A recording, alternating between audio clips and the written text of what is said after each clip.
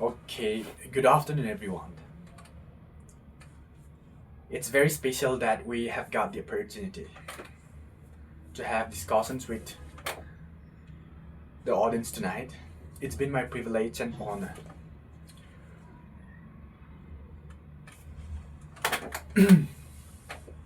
to get a platform where I could share some of my most important opinions that are based on answering interview questions. For the past 6 days, we have talked about topics on environment, topics on the role of parents in training children. We talk about how to develop society. As far as my knowledge is concerned, we have covered almost all the topics. At the weekend, we will be discussing some very important questions that I'll be reading now. A senior officer asks you to bend a rule. What do you do?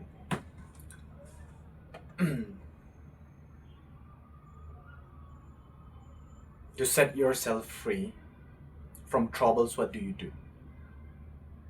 In 2019, during college, while I was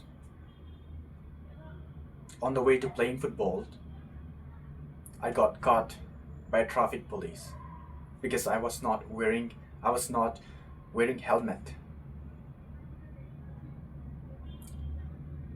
I didn't have much time to reach the ground, just about 30 minutes. But there, with my friends, we had been spending about 20 minutes. So we were to be late. At those situations, what do? I tried to convince the police, but he said, without paying any fine, nobody is allowed to go. At this point of time,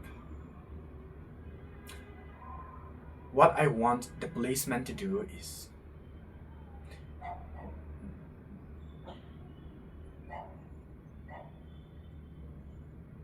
I really respect his tremendous effort in maintaining strict discipline over everyone, regardless of which cases they are. In this case, I would say police inspector usually give concession to their families and relatives. And I've heard about people calling their fathers belonging to prime minister's relatives. It doesn't matter which portfolios, what are their backgrounds. The law is for all. At this point of time, if the chief minister has ordered the inspector to leave their sons and daughters, for example, I think if they don't pay fine, they should not be sent. That's the situation I'd like to discuss. If I were the policeman, although the chief minister has told me to bend the rules just because of those three girls of his relatives, I won't send. I have the courage to raise such complaints to the court. As a result, we are upholding the constitution, so we should not be scared of anyone. My point is, although if the my officers advise me to bend the rule, I will strictly follow what I have to do as a government, as a civil servant. In what ways can a civil servant ensure transparency while protecting sensitive information? This is all about media. I think most of us do not understand what is happening around the world. When we learn something, we think of popularity.